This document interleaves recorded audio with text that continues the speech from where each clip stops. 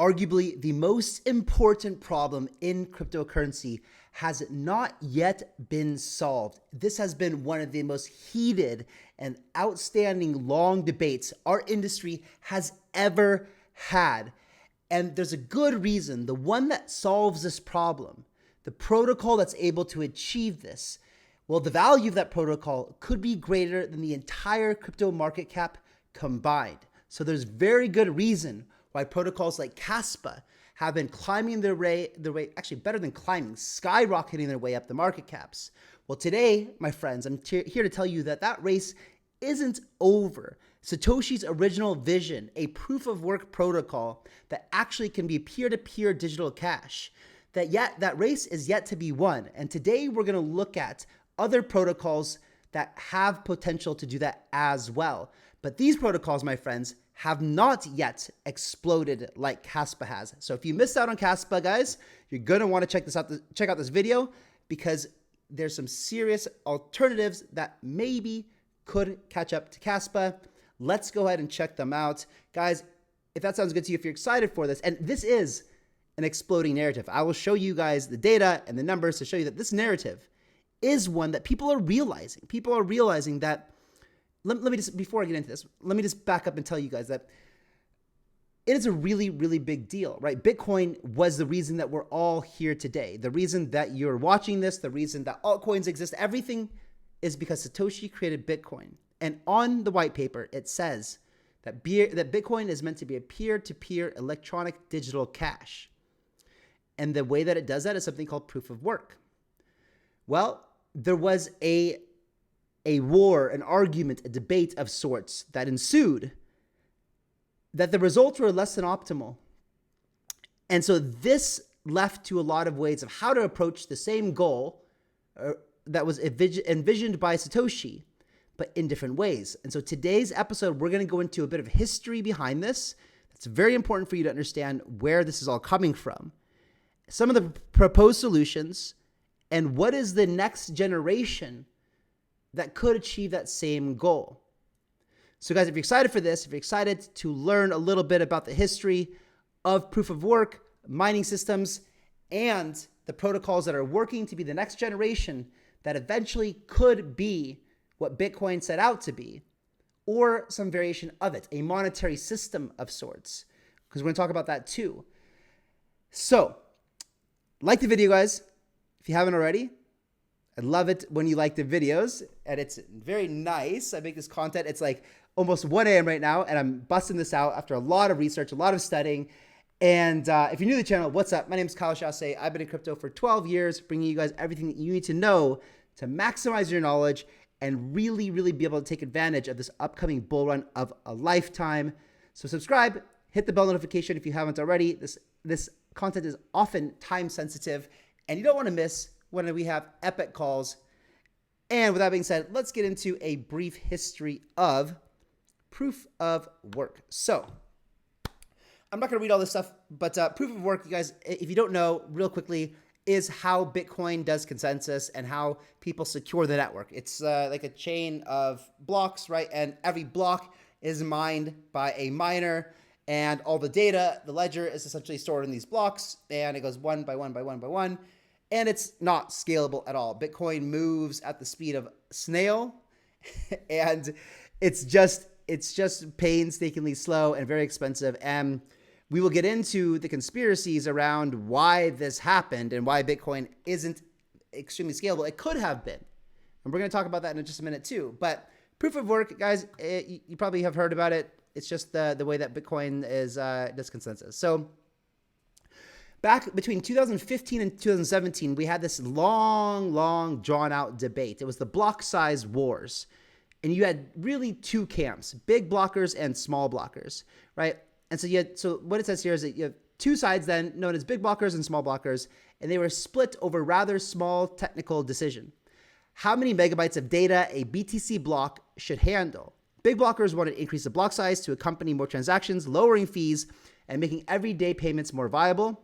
Small blockers were more conservative in a way that their name suggests, as well as not wanting to make irreversible changes to Bitcoin source code. Big blocks would enable more people to use Bitcoin, increasing throughput, but would also require a protocol update known as a hard fork. So listen, you will be able to understand.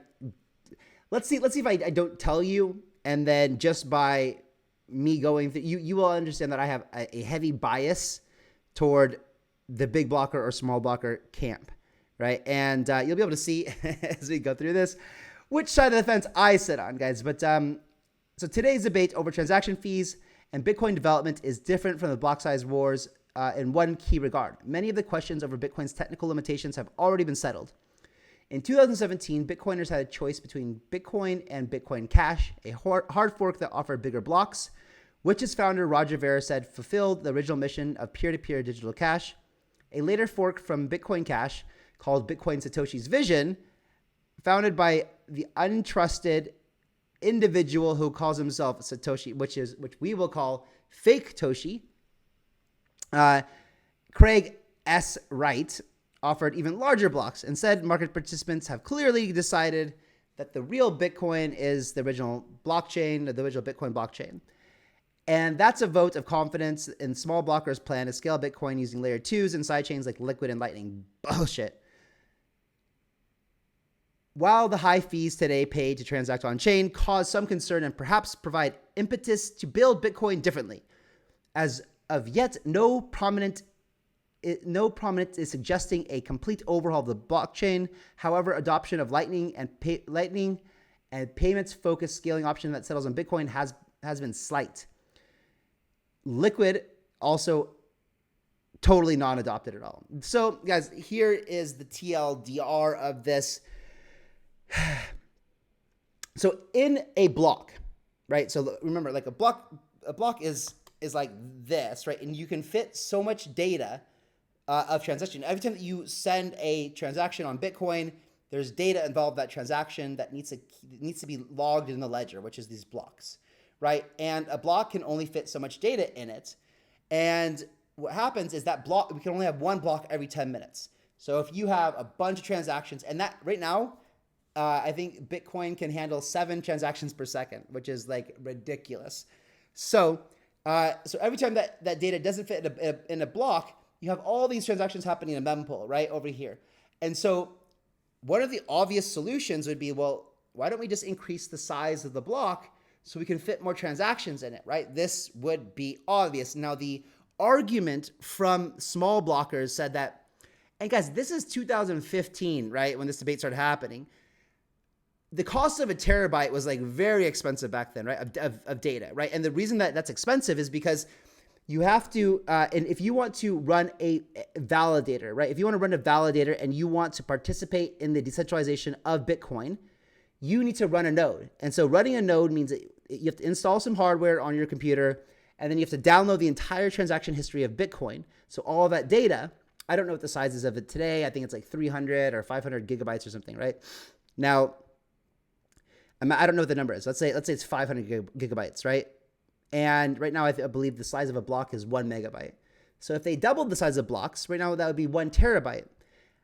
I'm pretty sure you can buy a terabyte hard drive right now for like 20, 30 bucks, right? So the hardware is just getting cheaper and cheaper, right? Hard drives. And so the biggest argument for small blockers was this. They said, if we increase the block size, then we're not going to be able, then Bitcoin's going to become very centralized because only rich people can afford to run nodes, right? But like this, we know this argument isn't valid because right now there's only like 5 large mining pools in the entire world who actually validate and run big, serious nodes and mine Bitcoin. But anyway, like I said, the cost of hard drives has come down significantly. So that was their argument, was that if we increase the size of blocks too big, it's going to become too expensive for your everyday person to run a Bitcoin node, getting rid of small people who run nodes and, ultimately centralizing power into the rich people who could afford a terabyte of data, of a hard drive, right? So that's the background of this debate. Now, so what happened is you have these guys called Blockstream, right? And Blockstream was able to kind of like lobby for smaller blocks. They also had some incentive to do it. We'll get into that in just a bit. And then they wanted to build this layer 2. They said, okay, well, Bitcoin is going to remain slow and expensive, and it's going to be this settlement layer. And if you have very, very expensive transactions, you should send them on Bitcoin layer 1. But if you have like cheap transactions, like a cup of coffee, and it doesn't need that much security, then you can do it on layer 2, which is like Lightning Network or Liquid.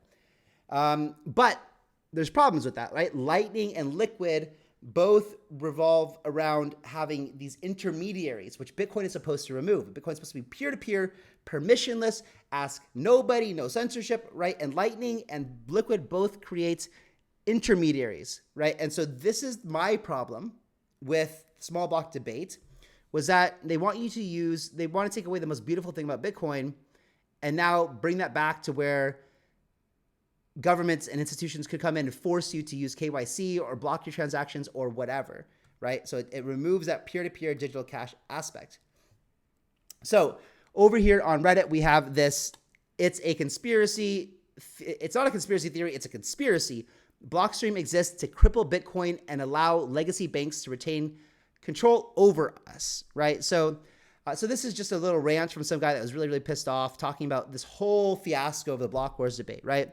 And what's really interesting here is Blockstream is the guys who are the most, that maintain the majority of the Bitcoin core code today. It's a private company with crazy investors, right? Blockstream wants to force users onto their centralized Lightning networks.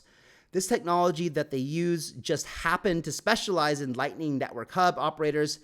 Lightning Network Hub operators cannot steal your funds, but they can be compelled by governments to perform KYC and AML on the users. Bitcoin was supposed to be free from supposed to free us from control of legacy bankers. Do you really want Bitcoin to turn into this? Blockstream received $76 million in funding, a majority of which comes from AXA, the second largest multinational insurance corporation in the world. Henry de Castille was chairman and CEO of AXA from 2000 to 2016. Henry de Castille is also chairman of the steering committee of the Bilderberg Group. Now, if you guys are like me and you ever watch conspiracy videos, you know the Bilderberg Group is like these guys that it's basically the Illuminati, right? And so the chairman who ran that thing also invested into Blockstream, and you have to wonder why, right? Like this is actually really important information here. And then this is also will come in interesting later in the video. Bitcoin Unlimited is our best shot at letting Bitcoin continue to act as peer-to-peer electronic cash system that Satoshi intended.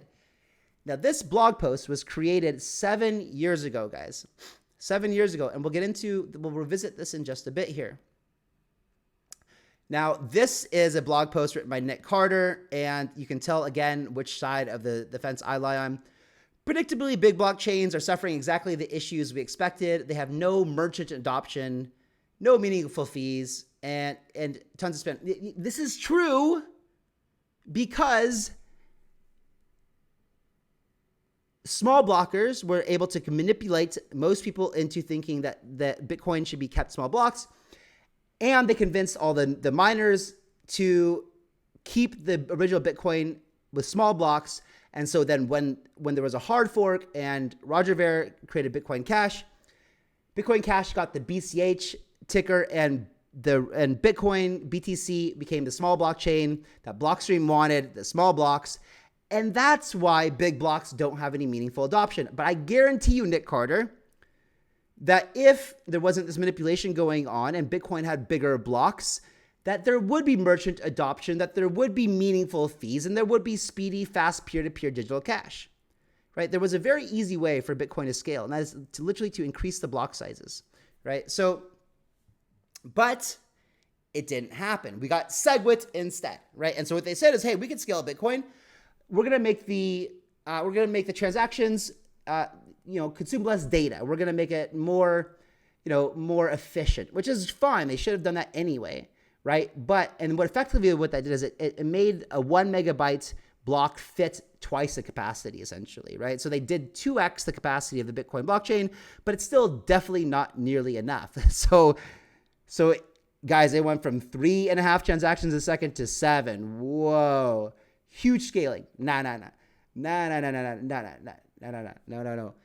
Bitcoin will forever be cemented as digital gold. That's it. That's sealed, done, and dusted. It's not coming back from that.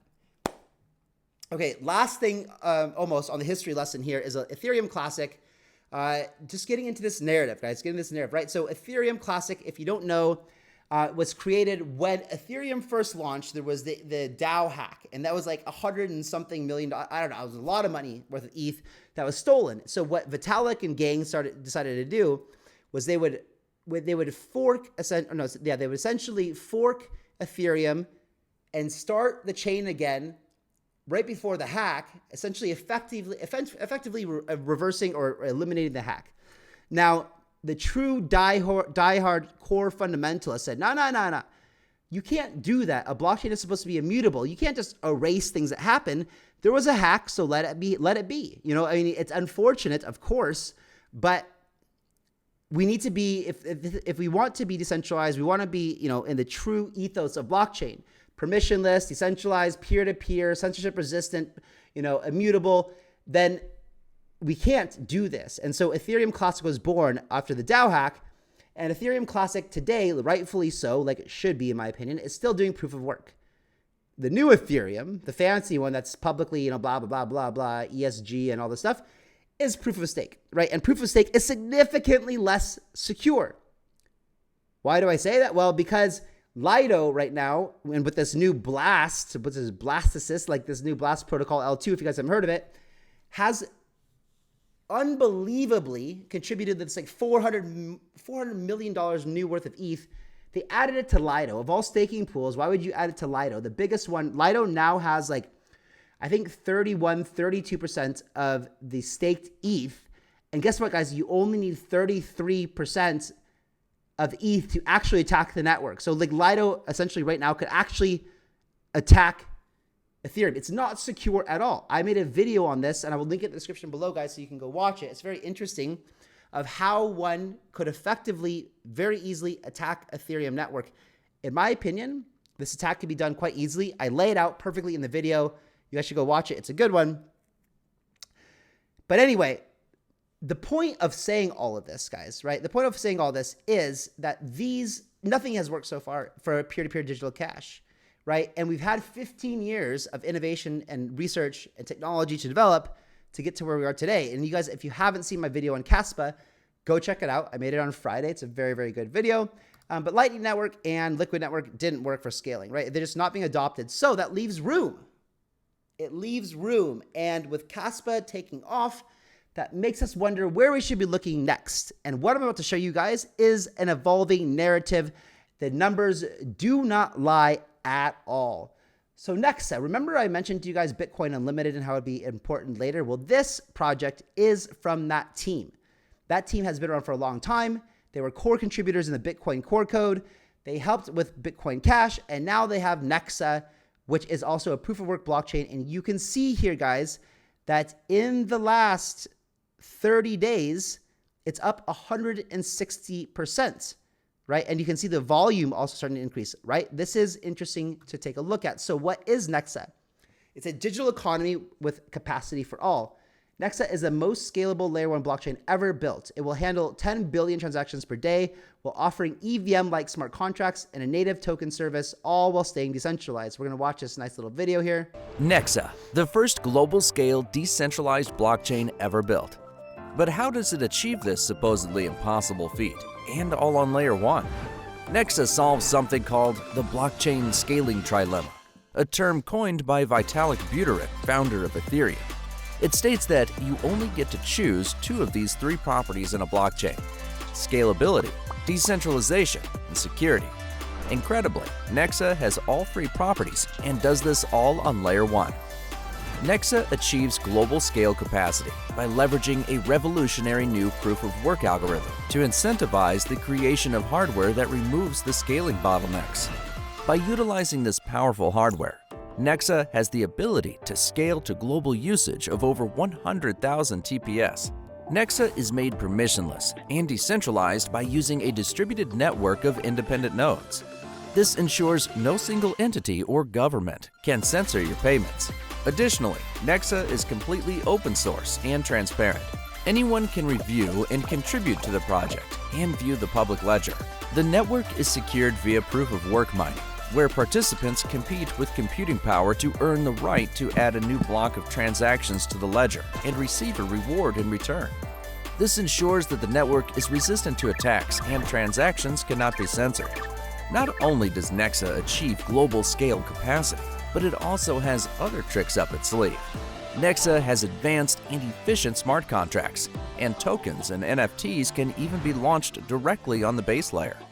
Come and join us building a truly open and connected financial future for all. So I also want to preface something here, guys. So when I started getting ready to make this show, I was looking into everything I'm about to tell you guys about, these different protocols. And to be frank, each of these things deserve their own deep dive. And I started to get overwhelmed about how I could put together a show for you guys with going into detail on all of these. And so in today's show, I'm not going to go into in depth. I'm going to give you a high level overview of each of these protocols and how they work. And if you want me to go into more of them in deep dives, let me know in the comments below. I probably will. I'm certainly going to do them myself because I'm very interested in this whole narrative. It is actually the reason why I got into crypto in the first place. The reason I got excited about Bitcoin. It is the reason why we're all here, was that Satoshi's Bitcoin white paper. So where KASPA, guys, is sitting at a $3 billion market cap, you have right now NEXA sitting at 46 million. So what is that? 3 billion divided by 46 million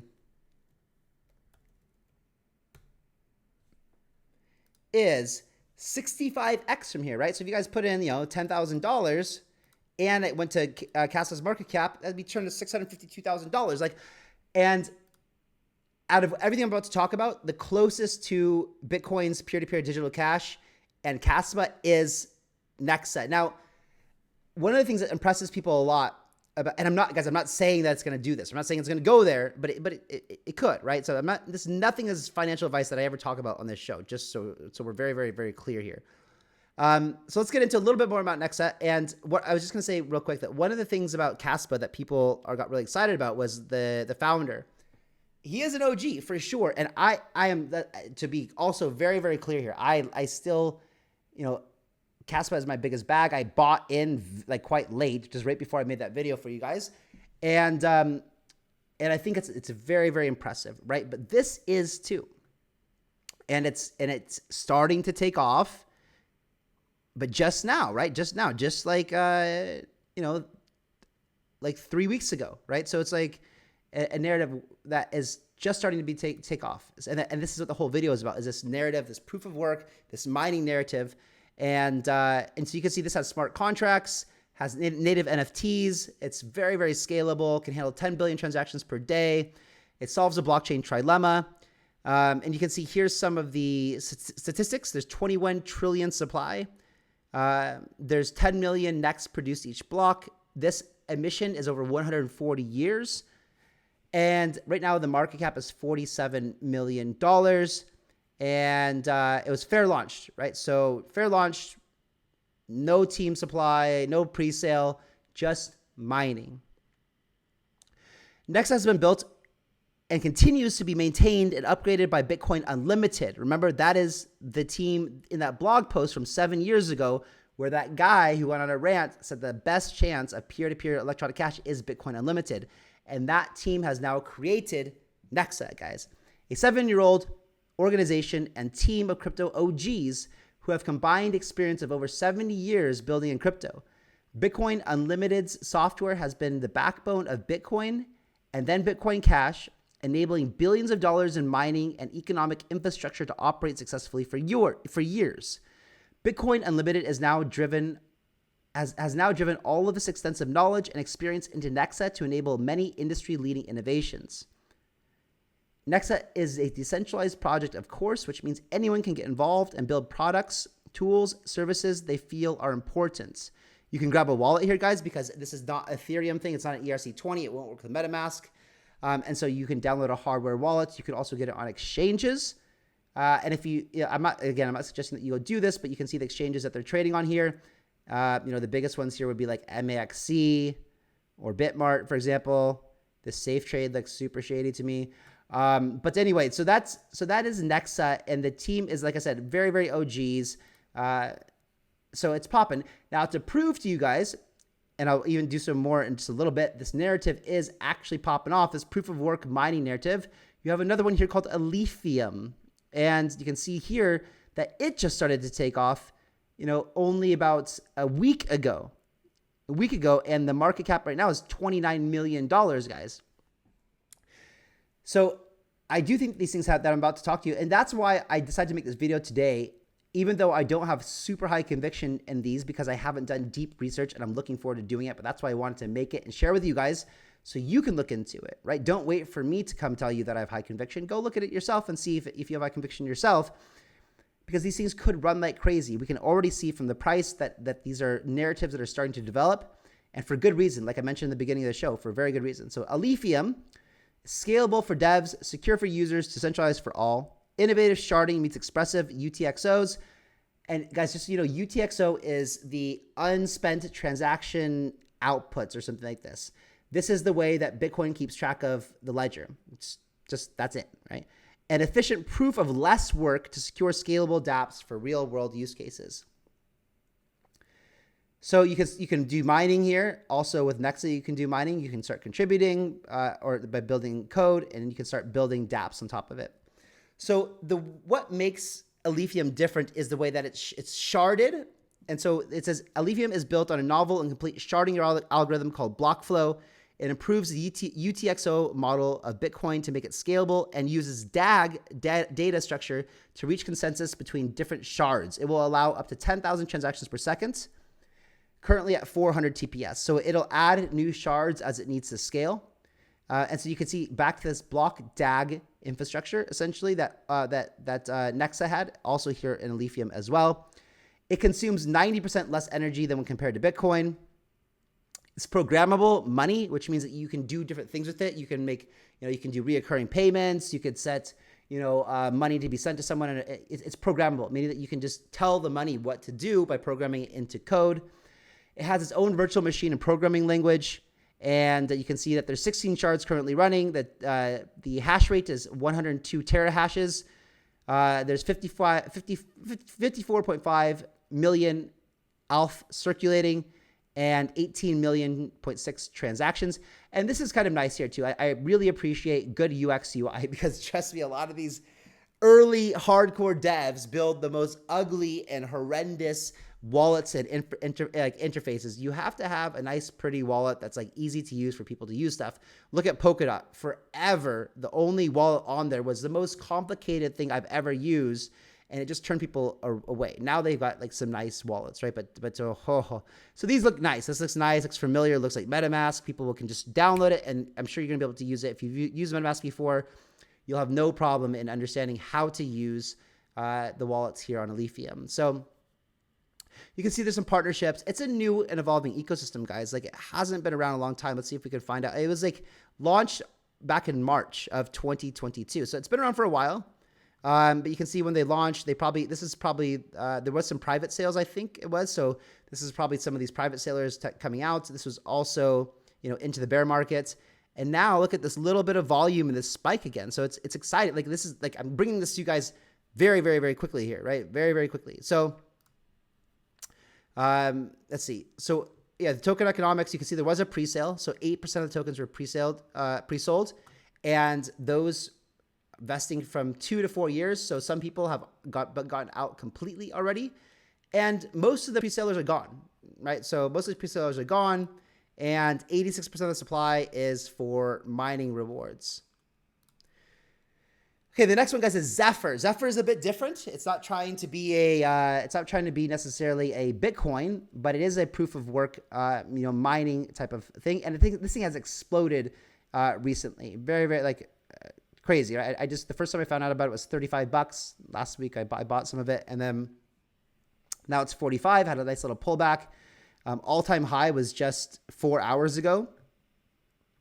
But you can see, guys, that this narrative is popping, right? It's popping. Like, this thing has appreciated, 4,000% in the last 4 months, 1,800% in the last 30 days, 900% in the last 2 weeks, and in the last 7 days, 100%.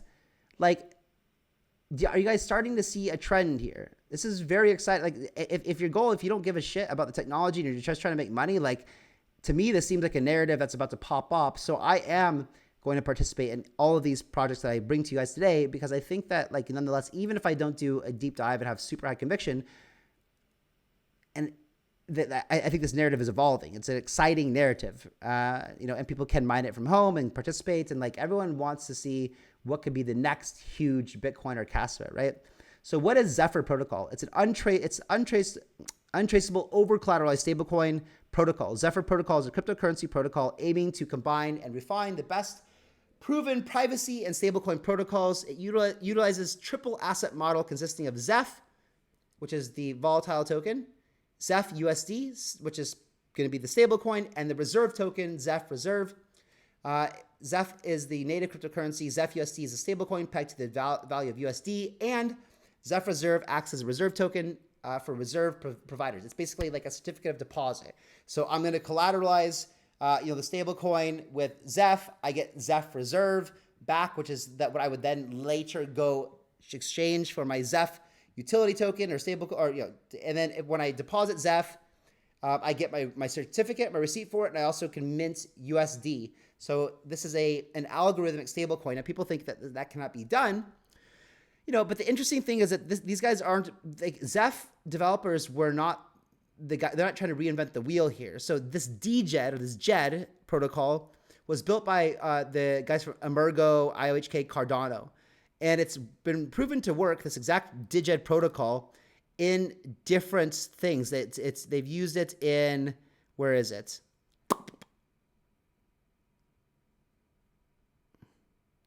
I don't know, but it's been used in many different protocols so far without fail, without spiraling death toll or anything. And so basically what they did is they took what was created over there at Cardano and Emergo, this stablecoin product, and they used Monero, which is a privacy protecting protocol, the encryption mechanism on Monero, and they combined those two things to bring you essentially a monetary system, something that's a certificate of deposit, has interest rates, has a stable coin that's algorithmic, not backed by anything that a government can control, pure privacy protecting, pure decentralized, permissionless, unconfiscatable, unfreezable digital currency on its own blockchain. This is very, very cool, guys. And there's a reason why it's been exploding so much is that literally, I mean, this explosion has happened since basically 10 days ago, right? 10 days ago, just on fire, right? Like crazy, 900% in the last 10 days. Again, and now I'm not going out and saying to buy these things, but I do think that it's worth noting, right, to watch this. And I think that this is, probably one of the first people have identified this trend here. As far as these other protocols are obviously not the first one, because everyone else here is speculating they were smart. They got ahead of the curve. But I think that if you're watching this, you're definitely still ahead of 99% of the people in the crypto that have no idea that these things are about to pop off, at least in my opinion. So you can see that there's some traction here in the Zephyr protocol. You've got $1 million, and now it's starting small, guys. We're here early. You're early. Don't forget that you're early. So there's $1,065,000 in stable coins, $730,000 in the reserve, and there's 698,200 of the reserve shares printed. So it's growing. It's exciting to see. We'll see how this plays out. I always want things like this to win. I'm always voting for decentralization over centralized crap institutions. Okay. Now this one, guys, I threw it in there because I'm going to try this thing out. This is essentially a very DEGEN play. You have to understand that. So the other ones, NEXA, Zeph, Alephium, I think they're probably very solid. I still need to do deep research, but I think they're pretty solid, like really good teams, especially like NEXA. The team's very, very good. But this thing is just interesting. It's not mining of like proof of work, but it is mining. It's virtual mining, where you essentially stake your ETH, and then you're for a period of time, and then when that time period ends, you get a bunch of tokens for it, And right now it's saying that essentially if you create a virtual miner for 280 days, you can adjust your own days here. So let's say instead of 280 days, I want to do it for 100 days, right? So then it adjusts this and it says that okay, it's going to cost you $422 or 0.2042 ETH. And at the end of 100 days, you're going to get, that's going to be worth $3,327 at today's price of TitanX. Now, the price could increase or it could decrease. So this is just based off of today's price, saying that you'll get 689% returns in 100 days. Now, here's the interesting thing. What a lot of people are going to be doing is they're going to do like, I want to do 2 days, right?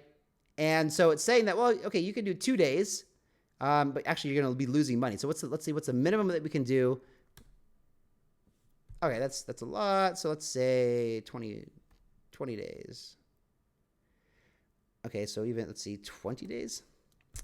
So, okay, so I can go in and I can do it 20 days. So in 20 days, I can put some ETH in here. It's worth $422. After 20 days, it's going to be worth $731, a 73% return. In 20 days, it's pretty good. It's going to give me these newly created 156 million new TitanX. That's going to be introduced into the circulating supply, inflating the supply. Now, the reason I just want to touch on this lightly is because it is a very complicated system that I'm still trying to wrap my head around. There's a good video that you can go, if you go to the YouTube, TitanX on YouTube and look it up. This guy, was it Jake, who essentially has built this whole thing, explains exactly how it works. And I wanted to share this with you guys because I am going to try it out because I think that it has, interesting potential. Right now, what do I want to show you? This is essentially another like hex thing with better mechanics, right? And I was not a fan of hex, but let's face it, we're all here to try to make a good amount of money. And I think that, right now, the market cap of this thing is $2.37 million. Now, I would not suggest going and buying this thing on the open market necessarily, unless you plan on staking it. And if you stake it, there's other rewards that you can get. There's all kinds of ways you can get rewards in this thing. There's all kinds of burning mechanisms. It's very interesting to go look at and check out. I still want to sit down and really wrap my head around it. But the point is that it's $237 million market cap right now. If you look at Hex at all-time highs, it was at $80 billion market cap, 84, and it's still $1 billion market cap right now. Right. So what, like, I don't even want to do, like, these numbers are just going to be so stupid, ridiculous. Right. Like, let's just say that this is the hex of 2024 and 2025. Just say it's the hex, right? It's the hex. Right. So we would say, and what do you say? The market cap is like 2.5 million. So you have like 32,000 X, right? So you put $1,000 in there. And let's say this thing does pull off some retarded hex-like Richard Hart, total insane, repeats this. That $1,000 turns into $32 million, right? So huge risk, not encouraging you guys, like probably gonna, good chance you lose your money. But if you are willing to lose a little bit of money and you have this DEGEN side in you, like I'm about to do, then that kind of returns is life-changing, right? Like put $1,000 in, it could turn into 32 million. Like where else would you ever see that? So yeah, like I wanted to throw this in there because, and you need to go check it out. You need to go understand how it works. Like, but say essentially it's a giant flywheel. Some would call it a Ponzi scheme. Some would call it like borrowing from Peter. But it is like, I like listening to this guy talk on YouTube. I think he does have the economic model figured out, or at least he thinks he does. And so as long as people continue to put money in this thing and play it, it's going to work out. It could break. I don't know. But anyway, I want to share it with you guys because it's better that I share and give you a fair warning and just tell you very exactly how I'm playing it. And let you go do your own research, right? I just think it's interesting. It's very fascinating. And to show you, before we end the show today, to show you that we are in this literally like 1 second before I hit the record button to make this video today, a friend of mine shared this project. I don't know anything about it. But to show you that this narrative is, he's like, bro, this is going to be the next NEXA. Go check it out. or sorry, the next KASPA. Whoa, all my friends are talking about it. Look at this, like it's called proof of work blocks. So if you're not convinced by now that this proof of work narrative is going to be a real deal coming into this next bull run, you should be, because I literally just showed you everything is just up and to the right. It's starting to take off, and I bring in this to you guys before anybody else, because as I see these narratives evolving, when you get ahead of them is how you make those sick life-changing gains. So it's an exciting narrative. At the end of it, all said and done, you know, I still really, really like KASPA. I think NEXA is a viable competitor. The other ones I need to look into more, but those are very, very exciting. The market cap of NEXA is still a long way to catch up to what KASPA's market cap is. And for that, I'm going to get myself a nice healthy bag. And I'm not selling either my KASPA either, as I do think that thing has a lot of room to run as well. But anyway, guys, I want to bring this to you. It got me excited. I hope that it got you excited as well. I'll catch you guys in the next one. See you later. Bye-bye.